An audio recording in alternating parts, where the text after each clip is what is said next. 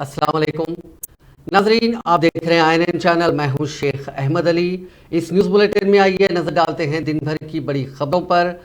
सबसे पहले काम की खबर। तेलंगाना हुकूमत ने ग्रुप 3 के तहत 1365 जायदादों पर तकर्रुरात का नोटिफिकेशन जारी किया, जिनमें महकमे अक़लियती बहबूद में 6 जायदादें भी शामिल हैं। तेलंगाना पब्लिक सर्विस कमीशन की जानिब से ग्रुप 3 की जायदादों पर तकर्रुरात किए जाएंगे। पब्लिक सर्विस कमीशन के ज़राए के मुताबिक ग्रुप 3 की जायदादों के लिए 24 जनवरी से 23 फरवरी तक ऑनलाइन दरखास्तें कबूल की जाएंगी। ग्रुप 3 के तहत जिन महकमों में जायदादों पर तकर्रुरात किए जाने वाले हैं उनकी तफसीलात इस तरह हैं। महकमे एग्रीकल्चर एंड कोऑपरेशन में 27, महकमे अफजाइश मवेशियात डेयरी डेवलपमेंट एंड फिशरीज में 2, महकमे BC वेलफेयर में 27, महकमे बरकी में 2, महकमे जंगलात साइंस और टेक्नोलॉजी में 7, महकमे फाइनेंस में 712, महकमे सिविल सप्लाईज में 16, जनरल एडमिनिस्ट्रेटिव डिपार्टमेंट में 46, महकमे सेहत और ख़ानदानी बहबूद में 39, महकमे आला तालीम में 89, महकमे दाखिला में 70, महकमे इंडस्ट्रीज और कॉमर्स में 25, महकमे irrigation and command area development में 1, महकमे लेबर और एम्प्लॉयमेंट में 33, महकमे अक़लियती बहबूद में 6, महकमे बल्दी नज़्म व नस्ब व अर्बन डेवलपमेंट में 18 जायदादें। इसी तरह दीगर मुख्तलिफ महकमेजात में ये जायदादें पुर की जाएंगी। तेलंगाना में स्टाफ नर्सों के तकर्रुरात के लिए नोटिफिकेशन जारी किया गया है। जुमला 5204 स्टाफ नर्सों का तकर्रुर किया जाएगा। अहल उम्मीदवारों से 25 जनवरी तक 15 फरवरी ऑनलाइन दरखास्तें दाखिल करने की ख्वाहिश की गई है। DME DH के तहत 3823 जायदादों के अलावा दीगर इदारों के लिए नर्सों के तकर्रुरात किए जाएंगे। CBSE बोर्ड ने क्लास 10th और 12th के इम्तिहानात का शेड्यूल जारी कर दिया है। 10वीं जमात के इम्तिहानात 15 फरवरी से 21 मार्च तक होंगे। Central board of secondary education ने कहा कि 12वीं जमात के इम्तिहानात 15 फरवरी से 5 अप्रैल तक होंगे। Central board of secondary education यानी CBSE ने कहा कि उसने JEE मेन जैसे मुसाबकती इम्तिहानात को जहन में रखते हुए इम्तिहान की तारीखों को हतमी शक्ल दी है। 10वीं और 12वीं जमात के इम्तिहानात सुबह 10:30 बजे से शुरू होंगे और दोपहर 1:30 बजे खत्म होंगे। शहरियान हैदराबाद जहां साले नौ के इस्तकबाल के लिए जोशो खरोश के साथ तैयारियां कर रहे हैं, वहीं दूसरी जानिब पुलिस भी कवायद की खिलाफ वर्जी करने और जोश में हद से आगे बढ़ने वालों के खिलाफ कार्रवाई के लिए पूरी तौर पर तैयार है। हैदराबाद के पब्स, होटल्स, क्लब और दीगर मकामात नए साल के लिए खुसूसी प्रोग्राम्स मुनक्किद किए जा रहे हैं। साथ ही शहर के मज़ाफ़ात में भी पार्टियों का अहतमाम किया जा रहा है। पहले ही पुलिस ने नए साल की तकारीब मुनक्किद करने वाले पब्स, क्लब्स, होटलों के मुंतज़मीन को कवायद की खिलाफ वर्जी पर सख्त कार्रवाई का इंतबाह दिया। सिटी पुलिस के अलावा राचाकोंडा और सैबराबाद पुलिस के साथ साथ नारकोटिक एनफोर्समेंट विंग की जानिब से साले नौ की पार्टियों में मंशियात फरोख्त करने वालों पर नजर रखने और उन्हें गिरफ्तार करने के लिए खास हिकमत अमली तैयार की जा चुकी है। ज़राए के मुताबिक वर्दी में मलबूस मुलाजमीन के साथ साथ सादा लिबास में भी मुलाजमीन इन मकामात के आस पास मुतयन किए जा रहे हैं ताकि इस तरह की सरगर्मियों को रोका जा सके और मंशियात फरोख्त करने वालों और उसका इस्तेमाल करने वालों के खिलाफ कार्रवाई की जा सके। ड्रग्स की फरोख्त और सरबराह करने वालों के खिलाफ कार्रवाई के लिए तैयार पुलिस ने हद से ज़्यादा शराब पीकर गाड़ी चलाते हुए खुद की और दूसरों की जिंदगी को खतरे में डालने वालों के खिलाफ भी कार्रवाई का फैसला किया। तीनों कमिश्नरेट के हुदूद में ट्रैफिक तहदीदात आयद की गई हैं और फ्लाईओवर ब्रिजेस को एहतियाती इक़दामात के तौर पर साले नौ की रात बंद रखा जाएगा। इम्कान है कि गैर मौलाना तौर पर पेट्रोल बंक्स भी बंद किए जा सकते हैं, क्योंकि साबिक में इसका तजुर्बा हो चुका है। हैदराबाद मेट्रो हुक्काम ने ऐलान किया है कि वो नए साल के मौके पर मेट्रो ट्रेन के वक्त में इजाफा कर रहे हैं। उन्होंने कहा कि मेट्रो खिदमात 1 जनवरी की रात 2 बजे तक दस्तयाब रहेंगे। पहले स्टेशन पर रात 1 बजे तक मेट्रो खिदमात दस्तयाब रहेंगी। ओहदेदारों ने बताया कि आखिरी स्टेशन तक पहुंचने तक मेट्रो खिदमात रात 2 बजे तक भी इस्तेमाल की जा सकती हैं। नेशनल इन्वेस्टिगेशन एजेंसी ने ममनुआ पॉपुलर फ्रंट ऑफ इंडिया की जानिब से दहशतगर्द तरबियती कैंप्स के इनेकाद और अफराद के तकर्रुर से मुतालिक एक केस में हैदराबाद की खुसूसी अदालत में 11 अफराद के खिलाफ चार्जशीट दाखिल की है। ये केस इब्तिदा में तेलंगाना के टाउन पुलिस माफ कीजिएगा निजामाबाद के टाउन 4 पुलिस स्टेशन में दर्ज किया गया था। तहम अगस्त 2022 में ये तहकीकात NIA ने संभाली थी। कौमी तहकीकाती एजेंसी ने अपनी चार्जशीट में कहा कि तहकीकात के दौरान इंकशाफ हुआ कि मुलजिम अफराद ने भोले भाले मुस्लिम नौजवानों को भड़काने का काम किया और हुकूमत हिंद के साथ ही साथ दूसरे तंजीमों और अफराद के खिलाफ नफरत आमेज तकारीर के जरिए PFI में उन नौजवानों के तकर्रुरात किए। चार्जशीट में कहा गया कि तकर्रुर के बाद मुस्लिम नौजवानों को yoga classes, physical education course के नाम पर PFI की जानिब से मुनक्किद किए जाने वाले तरबियती कैंप्स को रवाना किया जाता था और उन्हें रोजाना चाकू, आहिनी, सलाखों वगैरह की तरबियत दी जाती थी ताकि दहशतगर्द इकदाम के तौर पर जिस्म के अहम आज़ा जैसे गला, पेट और सर पर हमला करते हुए किसी शख्स को हलाक किया जा सके।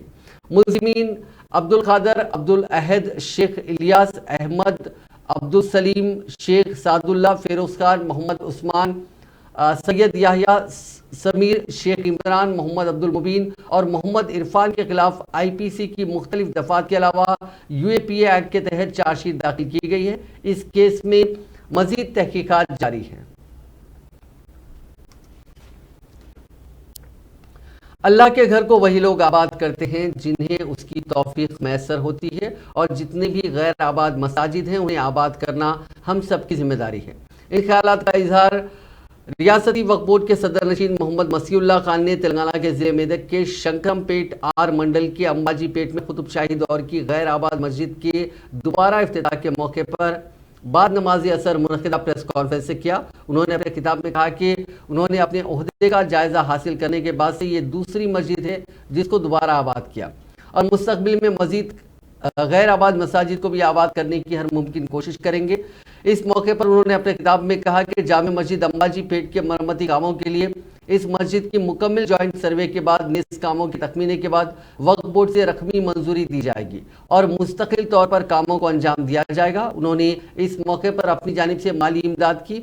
मसीउल्लाह खान ने खुद नमाज असर की इमामत की।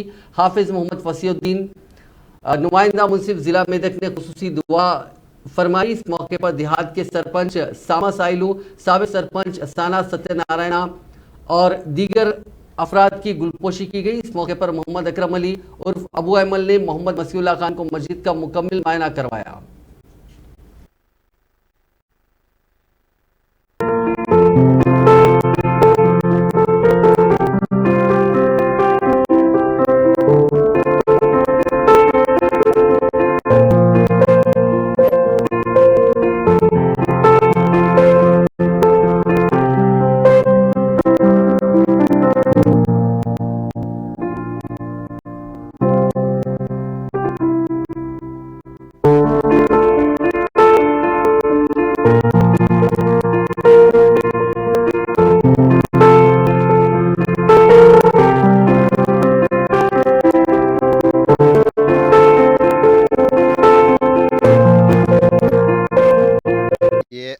हमारा अंबाजी पेट मुकामी अंबाजी पेट है।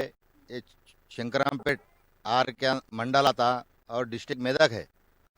और यहाँ पे और पहले जो सो बहुत पहले बहुत आबादी थी। मस्जिद भी अभी की नहीं है, बहुत पुरानी मस्जिद है। ये करीब 300 के ऊपर 400 साल होगा, हमको भी अंदाज़ा नहीं है।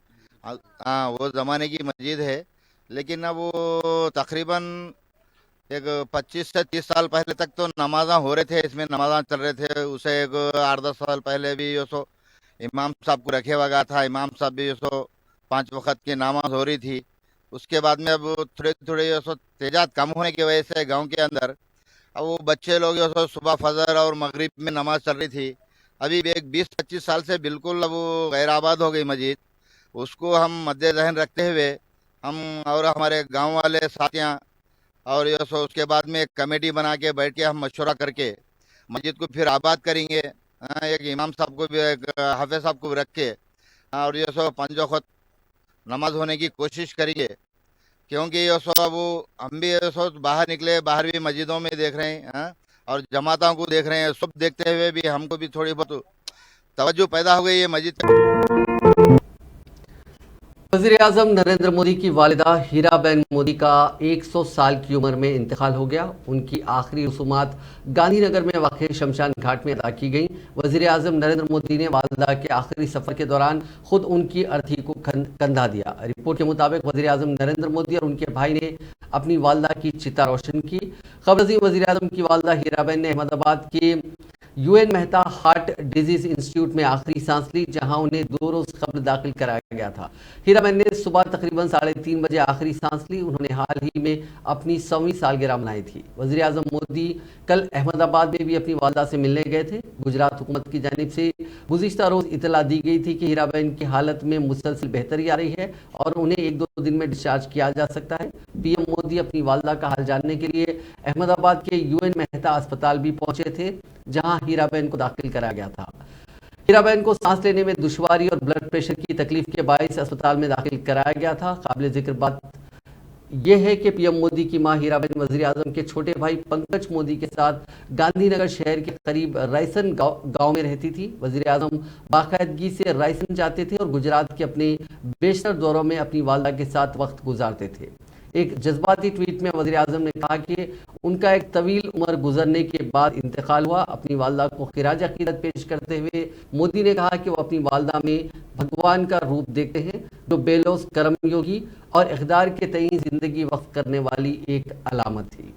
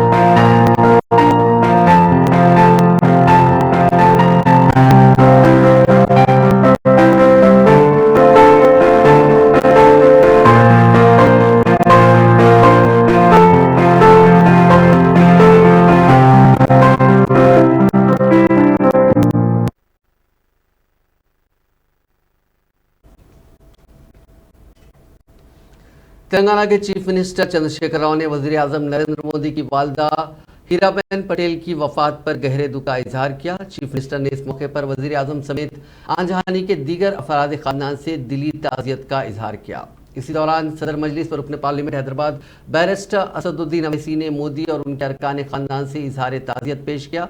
ट्विटर पर इजहार ताज़ियत करते हुए उन्होंने अल्लामा इकबाल के एक शेर को भी ट्वीट किया, जो है खाक मरकत पे तेरी लेकर ये फरियाद आऊँगा, अब दुआए नीमे शब में किसको मैं याद आऊँगा। कुलबे इफलास में दौलत के काशाने में मौत, दस्तो दर में शहर में गुलशन में वीराने में मौत। तेलंगाना की बरखी कंपनियों ने 30 दिसंबर 2022 को 14,017 मेगावाट बरखी की तलब की तकमील करते हुए एक रिकॉर्ड कायम किया। यासंगी सीजन के दौरान किसान तबके की जानिब से बरखी के इस्तेमाल में इजाफा हुआ। 29 मार्च 2022 को रबी सीजन के दौरान 14,160 मेगावाट बरखी की तलब थी और अब दिसंबर में ही बरखी की तलब 14,000 मेगावाट को पार कर चुकी है। 2021 दिसंबर में यह 10,935 मेगावाट थी। चीफ मिनिस्टर चंद्रशेखर राव ने बरखी शोबे के बेहतर काम की सताइश करते हुए सदर नशीन और मैनेजिंग डायरेक्टर टीएस ट्रांसको और टीएस जेनको प्रभाकर रेड्डी को हिदायत दी कि वो मार्च 2023 के दौरान यासंगी सीजन में 15,000 मेगावाट बरखी की मुतवक्को तलब की तकमील के लिए तैयार हैं। रियासत में कास्ट में गैर मामूली इजाफा और जेर ज़मीन सतह आब में इजाफे की वजह से इस किस्म की सूरत हाल पेश आया करती है। तलब में भारी इजाफे के पेश नज़र डी प्रभाकर राव ने मुतला किया कि बरखी की कंपनियां रियासत भर में ज़रई शोबे को बिला खलल बरखी सरबराह कर रही हैं। ये बात भी नोट की गई कि चंद किसान ऑटो स्टार्टर्स का इस्तेमाल कर रहे हैं, हत्ता कि वहाँ बरखी की ज़रूरत भी नहीं है। इसलिए किसानों से अपील की गई है कि वो जहाँ ज़रूरत ना हो वहाँ ऑटो स्टार्टर से इस्तेफादा ना करें, ताकि पानी को ज़ाया होने से बचाया जा सके, जिससे बरखी की बचत भी हो सकती है। इस ताल्लुक से डिस्ट्रीब्यूशन इंजीनियर्स को हिदायत जारी की गई है कि वो किसानों को बिला खलल बरखी की सरबराही के अमल पर मुसलसल नज़र रखें।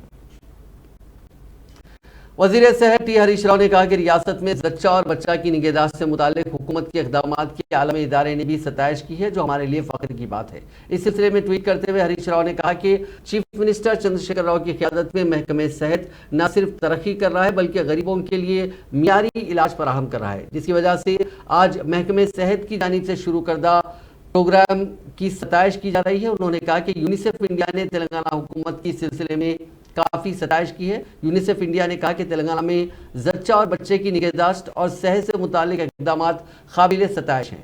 यूनिसेफ इंडिया ने महफूज तरीके से जच्ची की अंजामदही के लिए महकमे सेहत के अमले को दी जाने वाली मिडवाइफरी कोर्स की तरबियत की भी काफ़ी मुतासिर कुन कहा। हरीश राव ने बताया कि यूनिसेफ इंडिया ने इस सिलसिले में एक ट्वीट भी किया और वो अपने इस ट्वीट में हैदराबाद के एक एरिया हॉस्पिटल में मिडवाइफ की मदद से भी जच्ची से जन्म लेने वाले नौमौलूद की तस्वीर भी पोस्ट की। हरीश राव ने कहा कि रियासती हुकूमत के हर प्रोग्राम की मुल्क भर में सताइश हो रही है और आज यूनिसेफ इंडिया ने भी मिडवाइफरी कोर्स की तरबियत को मुल्क भर के लिए मिसाली करार दिया। रियासती वज़रा हरीश राव और जी निरंजन रेड्डी ने सिद्दीपेट में मुनक्किदा क्रिकेट मैच में हिस्सा लेते हुए हर एक को हैरतज़दा कर दिया। दोनों वज़रा काफ़ी देर तक बैटिंग और बॉलिंग करते रहे। बादअज़ा वज़ीर सेहत हरीश राव ने जीतने वाली टीम को ट्रॉफी हवाले की। इस मौके पर बात करते हुए उन्होंने कहा कि रियासती हुकूमत खासकर वज़ीर आला चंद्रशेखर राव की क़यादत में खिलाड़ियों की हर तरह की हिम्मत अफजाई की जा रही है और वज़ीर आला हर असेंबली हल्के में एक स्टेडियम तामीर करने का मंसूबा रखते हैं। उन्होंने बताया कि हुकूमत सरकारी मुलाजिमतों में 2% तहफ़्फ़ुज़ात देने के इक़दाम करने के अलावा रियासत से ताल्लुक़ रखने वाले जिन खिलाड़ियों ने कौमी और बैनुल-अक़वामी सतह के मुकाबले जात में मेडल्स हासिल किए हैं, उन खिलाड़ियों को इनामात से नवाज रही है। रियासती हाईकोर्ट ने कांग्रेस के इंतखाबी हिकमत अमली के माहिर के सुनील की जानिब से दाखिल करदा दरखास्त पर फैसला महफूज कर दिया है, जिसमें उन्होंने अदालत से दरखास्त की थी कि साइबर पुलिस की जानिब से उनके खिलाफ दर्ज FIR को कलअदम करार दिया जाए। वाज़ेह है कि हैदराबाद की साइबर क्राइम पुलिस ने हुकूमत के खिलाफ काबिल एतराज़ रिमार्क्स की सोशल मीडिया पर पोस्ट करने के इल्ज़ाम में सुनील कोनुगलू के खिलाफ CRPC के सेक्शन 41A के तहत नोटिस जारी की थी और उनके खिलाफ FIR भी दर्ज किया गया था, जिस पर सुनील ने हाईकोर्ट से रुजू होते हुए उनके खिलाफ दर्ज FIR को कलअदम कर देने की दरखास्त की। आज हाईकोर्ट के जज के सुरेंद्र की बेंच पर इस केस की समाअत हुई। दरखास्त गुजार की जानिब से सीनियर वकील CV मोहन रेड्डी ने बहस की। उन्होंने कहा कि सुनील कांग्रेस पार्टी की नेशनल टास्क फोर्स के रुकन है। चीफ मिनिस्टर चंद्रशेखर राव, वजीर KT रामाराव और रुकन काउंसिल कविता के खिलाफ जो काबिल एतराज़ वीडियोस तैयार किए गए, इस मामले से सुनील का कोई ताल्लुक नहीं है।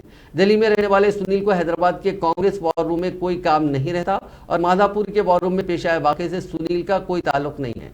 हाई कोर्ट ने दोनों फरीकैन के दलाइल सुनने के बाद इस केस के फैसले को महफूज कर दिया। तेलंगाना हाईकोर्ट की डिवीजन बेंच ने जुबली हिल्स इलाके में चलाए जाने वाले पब्स में रात 10 बजे से सुबह 6 बजे तक ऊंची आवाज में म्यूजिक साउंड बंद कर देने से मुताल्लिक हाईकोर्ट के एक रुकनी बेंच के फैसले की मुदाफियत की और वाज़ेह किया कि जुबली हिल्स इलाके में जो पब्स चलाए जा रहे हैं वो रिहायशी इलाकों में मौजूद हैं, इसलिए उन्हें किसी किस्म की राहत नहीं दी जा सकती। फर्जी केस एमनीशिया लॉन्च बार ब्रॉडवे पब के ताल्लुक से साबिक में जो अहकाम जारी किए गए थे, सनबर्न सुपर क्लब के लिए भी यही अहकाम सादिर होंगे। बताया गया कि सनबर्न सुपर क्लब के इंतजामिया ने हाईकोर्ट के एक रुकनी बेंच के फैसले को डिवीजन बेंच में चैलेंज किया था, जिस पर आज डिवीजन बेंच जो चीफ जस्टिस उज्जवल भुयान और जस्टिस CV भास्कर रेड्डी पर मुश्तमिल थी, उन्होंने दोनों फरीकैन के दलाइल सुनने के बाद उन्हें कोई राहत नहीं दी और सिंगल रुकनी जज के फैसले की मुदाफियत की।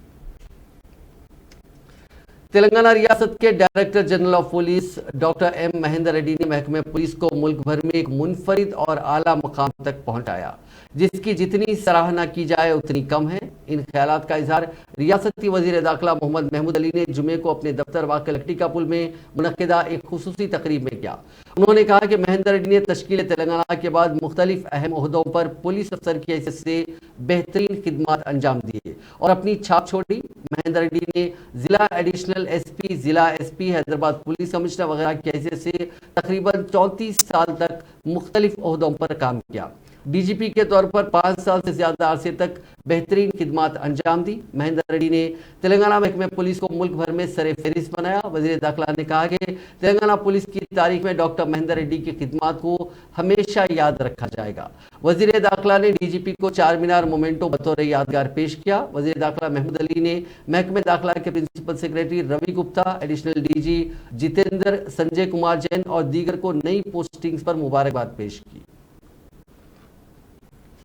तेलंगाना यूथ कांग्रेस की जानिब से हैदराबाद शहर को ड्रग्स से पाक करने और नए साल के मौके पर 31 दिसंबर को हुकूमत और पुलिस की जानिब से शराब की दुकानों पर 12 बजे रात तक और बार एंड रेस्टोरेंट पब्स को 1 बजे रात तक खुले रखने की इजाजत देने के खिलाफ जुबली हिल्स से एक रैली निकाली। इस रैली में यूथ कांग्रेस के कायदीन और कारकुनों की कसीर तादाद मौजूद थी और इन्होंने अवाम में शऊर बेदार किया। यूथ कांग्रेस कायदीन ने हुकूमत से मुतालबा किया कि वह हैदराबाद में गांजा फरोख्त करने वालों के खिलाफ सख्त कार्रवाई करे।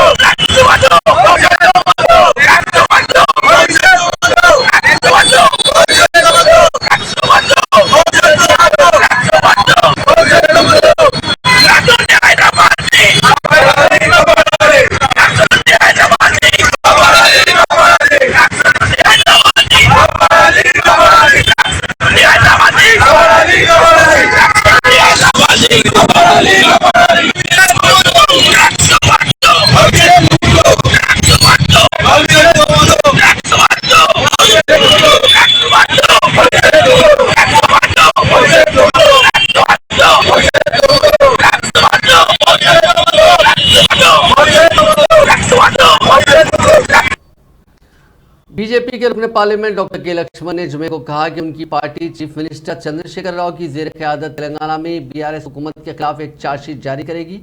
बीजेपी हेडक्वार्टर्स पर मीडिया से बात करते हुए लक्ष्मण ने कहा कि आइंदा साल अप्रैल में तेलंगाना में मुनक़्क़िद जलसे आम में यह चार्जशीट जारी की जाएगी। मरकजी वज़ीर दाखिला अमित शाह या बीजेपी के कौमी सदर जेपी नड्डा इस जलसे आम में शिरकत करेंगे। उन्होंने कहा कि तेलंगाना में असेंबली की 90 सीटों और मुल्क भर में लोकसभा की 400 सीटों का निशाना मुकर्रर करते हुए बीजेपी ने एक रोड मैप तैयार कर लिया है। बीजेपी की पार्लिमानी बोर्ड के रुकन ने कहा कि पार्टी रियासत में केसीआर हटाओ तेलंगाना बचाओ नारे के साथ अवाम के दरमियान जाएगी।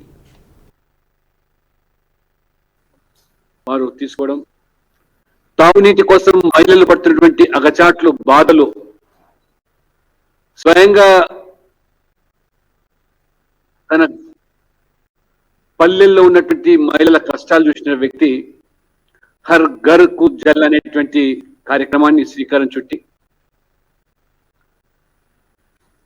రక్షిత నీరు కల్పిస్తున్నటువంటి మహానుభావుడు ఇరుకు గుడిసెల్లో పేదలు పడ్డటువంటి బాధలను చూసి ప్రతి పేదవాడికి పక్కా ఇల్లు కావాలని ప్రధానమంత్రి ఆవాస్ యోజన కింద అనతి కాలంలో 3,50 లక్షల మందికి ఇల్లు కట్టించినటువంటి చరిత్ర జన్ధన్ యోజన। अयप्पा स्वामी के भक्तों ने जुमे को तेलंगाना भर में एहतजाज मुनज़्ज़म करते हुए अयप्पा स्वामी के खिलाफ अहानत आमेज अल्फाज के इस्तेमाल पर बी नरेश के खिलाफ कार्रवाई का मुतालबा किया। यहाँ इस बात का जिक्र बेमहल ना होगा कि नरेश ने 2 दिन कबल हल्के कोडंगल में एक जलसे के दौरान अयप्पा स्वामी के खिलाफ अहानत आमेज रिमार्क्स किए थे। इस ताल्लुक से एक वीडियो वायरल हुआ था। अयप्पा स्वामियों ने विकाराबाद के परगी पुलिस स्टेशन पर एहतजाज मुनज़्ज़म करते हुए हिंदू भगवानों की अहानत और अयप्पा स्वामी के भक्तों के जज्बात मजरूह करने के खिलाफ नरेश के खिलाफ कार्रवाई का मुतालबा किया। उन्होंने नरेश के खिलाफ पीडी एक्ट लागू करने का भी मुतालबा किया।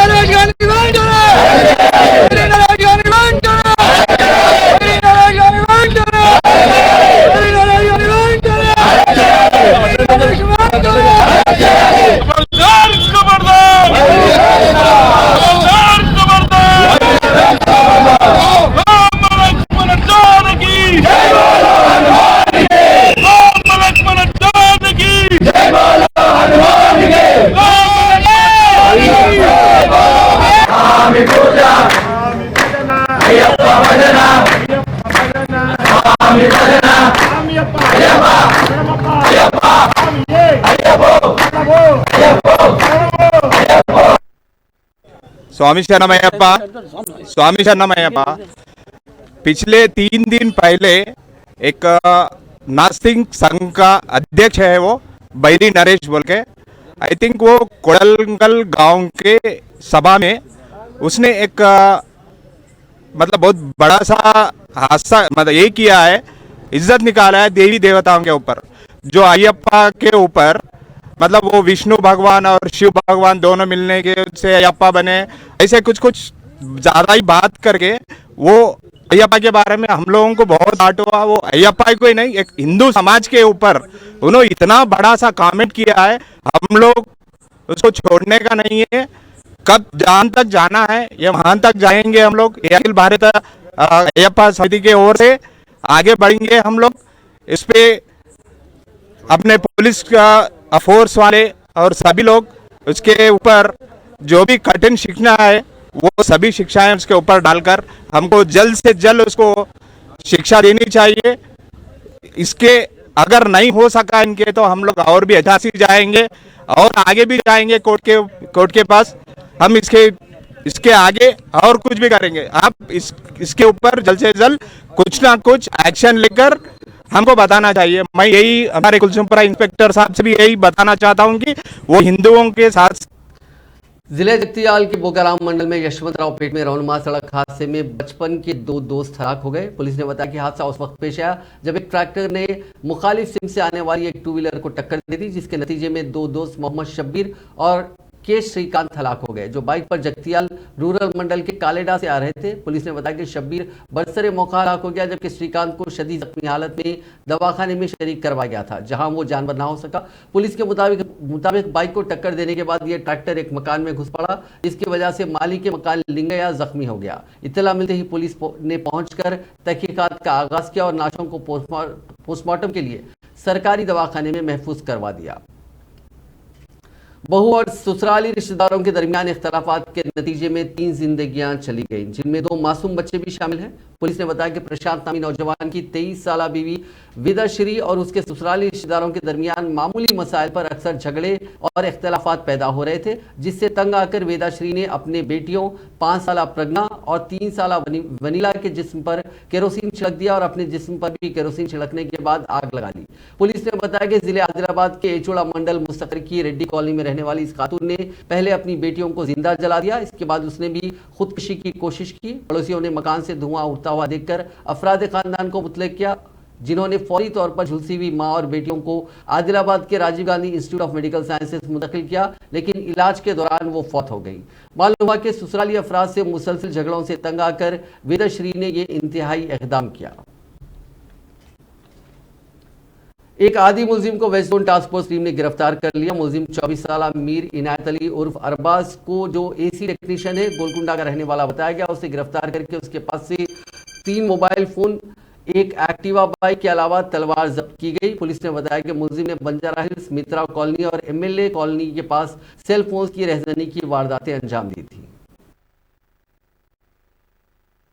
दिसंबर पे Humayun Nagar police inspector Narayan Reddy, detective inspector Koteshwar and SI Ahmed Pasha के लीडरशिप में 2 चोरों को अरेस्ट करे। वो लोगों का नाम है मोहम्मद मुजफ्फर गुलबर्ग का है और सैयद गयाज शालीबंडा का।